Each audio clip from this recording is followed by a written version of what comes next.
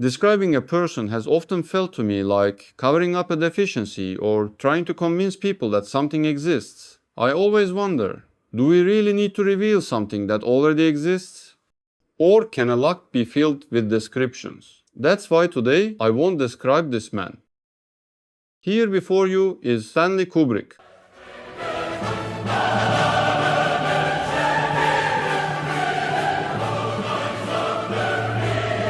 We usually see directors pointing at things with their hands or never taking their eyes off the viewfinder, because a director's job isn't just about capturing a moment. In fact, directing is the art of telling a story visually, by carefully designing each frame.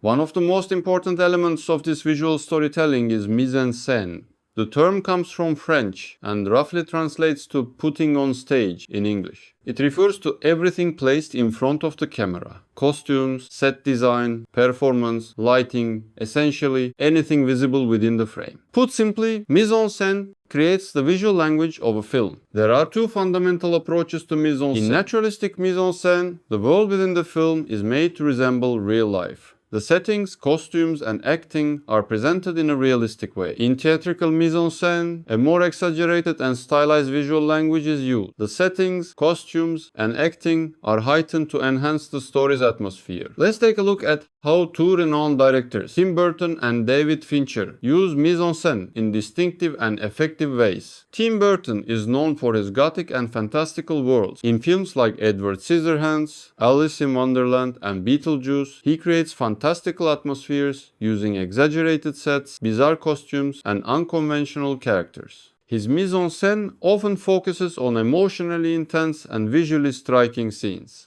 David Fincher, on the other hand, uses mise-en-scène as a tool in his dark, suspense-filled cinema. In films like SA7N and Fight Club, he carefully selects elements such as lighting, color palette, and set decoration to reflect the character's psychology and enhance the story's atmosphere. Fincher's mise-en-scène is typically characterized by a meticulous and realistic appearance. The differences between these two directors' approaches to mise-en-scène reflect their individual styles and the themes of their films. While Burton's exaggerated and fantastical mise-en-scène transports viewers into a fairy tale world, Fincher's realistic and dark mise-en-scène pulls the audience into an atmosphere filled with tension. However, we cannot say that one director's use of mise-en-scène is better or worse than the others. If there's one essential element in mise-en-scène, it is its suitability to the story. So, what does it look like when all of this comes together?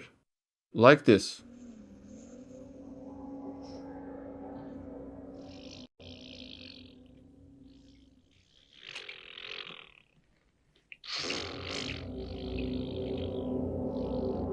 Starting with production design, the first thing that stands out is the toy vehicles, and, in particular, the carpet. The carpet's striking maze-like pattern appears repeatedly throughout the film, becoming a visual motif that reinforces Danny's sense of entrapment. This labyrinth theme is seamlessly integrated into the overall atmosphere of the hotel, evoking a growing sense of unease in the viewer. Sound design and music enhance the mise-en-scène by creating contrast, which increases tension. When the innocent scene of Danny playing with his toys is combined with ominous and suspenseful musical notes, it generates discomfort in the audience. This dissonance signals impending danger. In the cinematography, high-key and evenly distributed lighting is used. At first glance, this doesn't create a threatening atmosphere. However, the lighting subtly reinforces an underlying sense of darkness and mystery. Danny is shot from a high angle and placed at the center of the frame, emphasizing both his innocence and his isolation.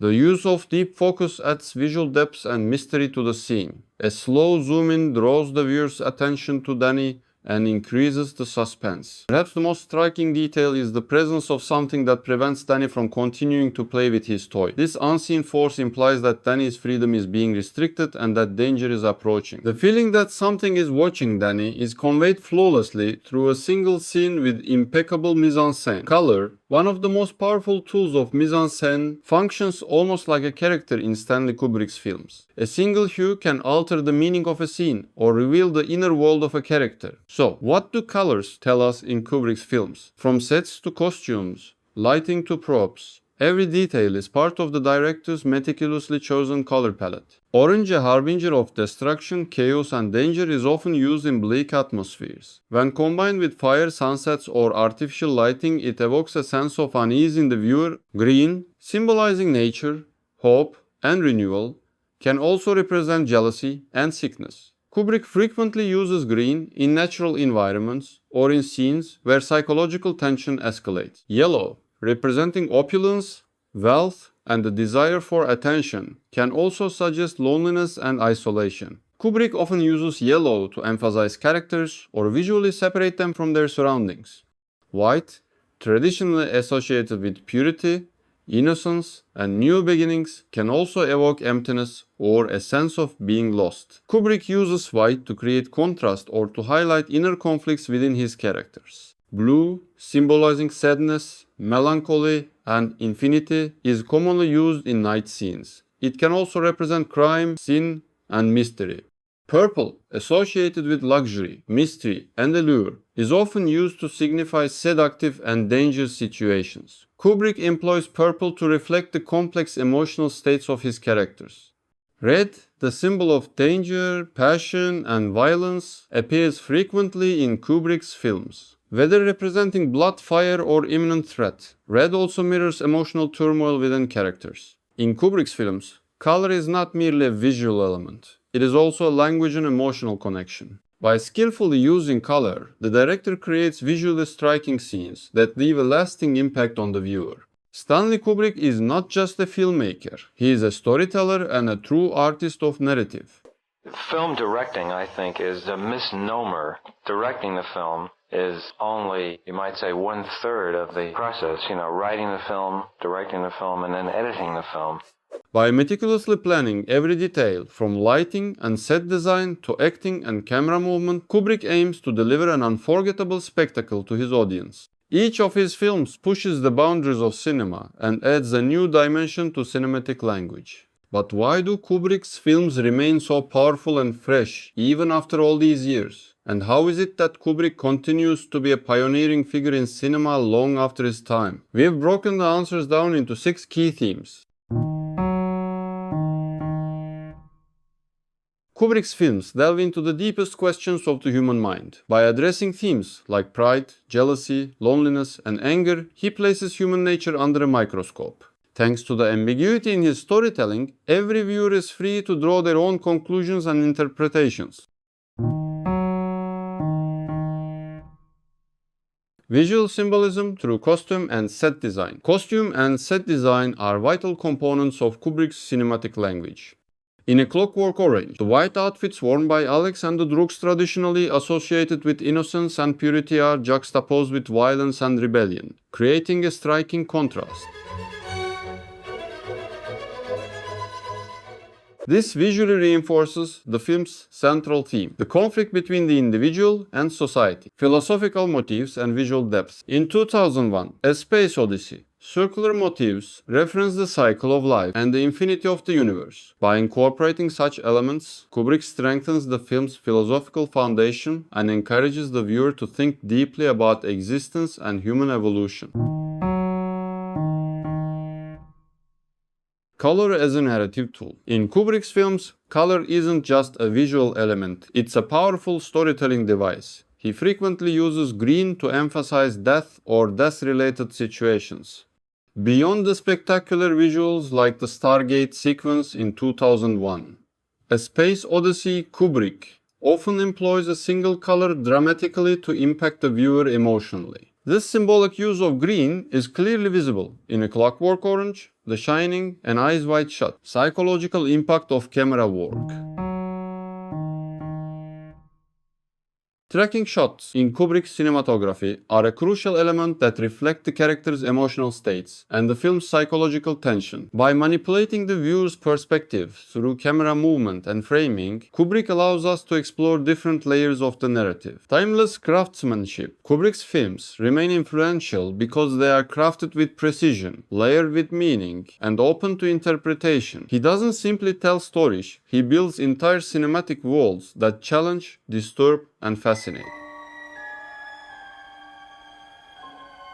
Stanley Kubrick was not just a director, he was a visionary storyteller and a master of cinematic art. Tracking shots, especially those taken from low angles, create a sense of power imbalance between the audience and the characters, placing the viewer in a voyeuristic position. This enhances the tension and mystery that define the atmosphere of Kubrick's films. We can witness this effect directly in this particular scene. With each swing, the camera lashes out in parallel motion. What begins as passive, voyeuristic observation transforms into active participation.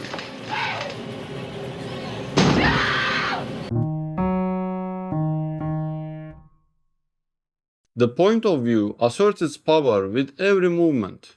Unlike many filmmakers who cut and stitch scenes aggressively, Kubrick allows moments to unfold naturally, often favoring long and wide takes. This approach gives us a deeper opportunity to observe both the characters and their environments in detail. Kubrick has a unique cinematic language. He uses editing as a tool to reflect a character's inner world, emotions, and thoughts. This technique can be referred to as inner montage. For example, in A Clockwork Orange, Alex's obsession with violence, in Eyes Wide Shut, Bill's growing distrust toward his wife. These inner conflicts are powerfully conveyed through internal montage, pulling the viewer deeper into the character's psyche.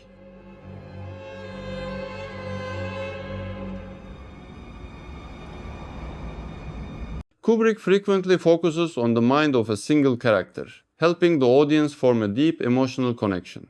In Full Metal Jacket, he offers a striking cinematic expression of collective consciousness. In the scene following PVT, Pyle's death, where the entire squad appears together in one frame, Kubrick visually conveys the idea of a shared subconscious. Flashbacks to Pyle continually draw the viewer into the soldier's traumatic experience. This allows us to experience the minds of multiple characters simultaneously during a crisis.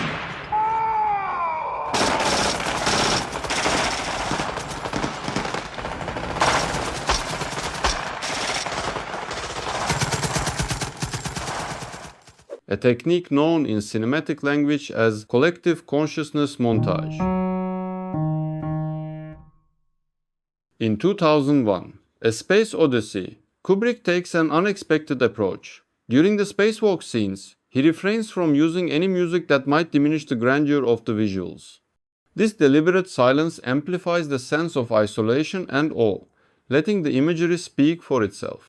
Instead, the only sounds we hear are the astronauts breathing and the faint pressure noises from inside the spacecraft. This minimalist approach emphasizes the danger and vastness of space. In Dr. Poole's spacewalk scene, this becomes even more pronounced. Until his oxygen runs out, the only sound is his breathing growing heavier and more desperate. The haunting atmosphere of this scene is directly tied to the simplicity of the sound design. Kubrick's approach shows us that sometimes, rather than filling scenes with sound, it is more powerful to focus on the few sounds that remain.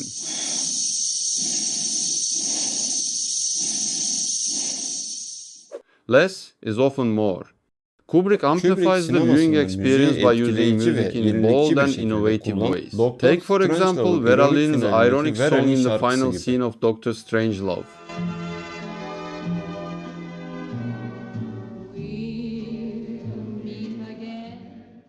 Kubrick often uses unexpected musical choices to surprise and unsettle the audience.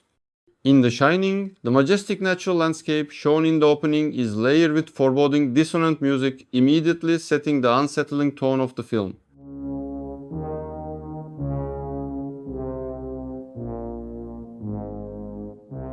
In A Clockwork Orange, music becomes one of the film's most important elements. The stark contrast between Alex's passion for Beethoven and his violent tendencies highlights both the power of music and the complexity of human nature. Sin? What's all this about sin? Using Ludwig van like that, he did no harm to anyone. Beethoven just wrote music. Kubrick establishes a strong connection between music and emotion, manipulating the audience's feelings throughout. One of the most striking examples of this contradiction is the scene where Alex sings "Singing in the Rain" during an act of violence. The beauty of the song juxtaposed with the brutality of the act makes the scene deeply disturbing and thought-provoking. What a glorious feeling.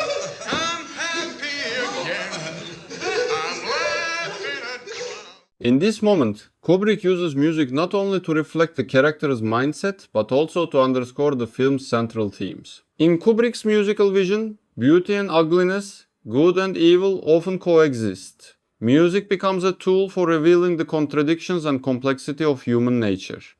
During Alex's so-called rehabilitation in A Clockwork Orange, Beethoven's music plays a similar role.